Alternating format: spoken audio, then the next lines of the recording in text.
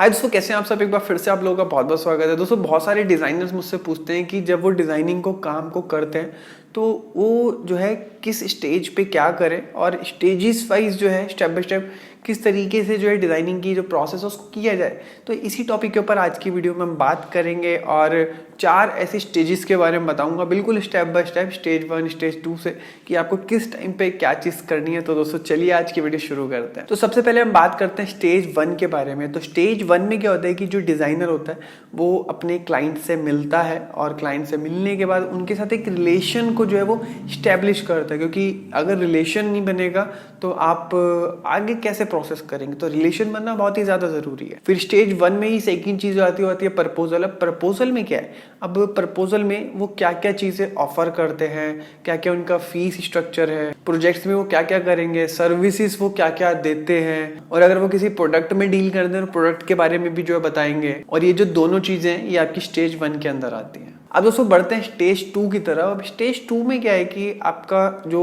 सर्वे आपको करना है, सर्वे करके साथ साथ उसका एनालिसिस करना है, वहाँ पे साइट पे जाकर के मेजरमेंट करना है। तो ये जो है स्टेज 2 का फर्स्ट चीज़ है जो कि आपको करनी है स्टेज 2 में।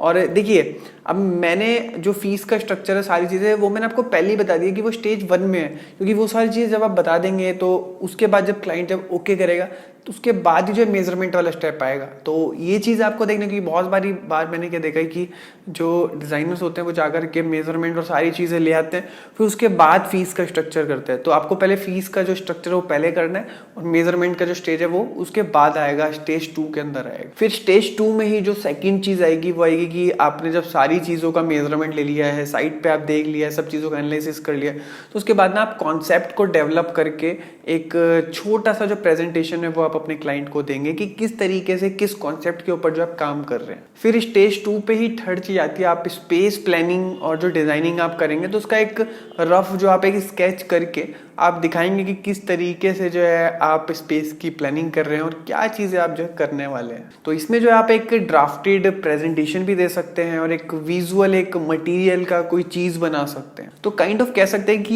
ये जो है एक स्टार्टिंग एक मिनी प्रेजेंटेशन भी इसको हम बोल सकते हैं। फिर इन सब चीज़ों के बाद देखने के बाद जब क्लाइंट जो है आपको परमिशन दे देगा, वो ओके कर देगा प्रोजेक्ट के बारे में, और जो वो ओके करेगा ना आपको प्रोजेक्ट के बारे में, तो वो जो है वो रिटर्न में होना चाहिए।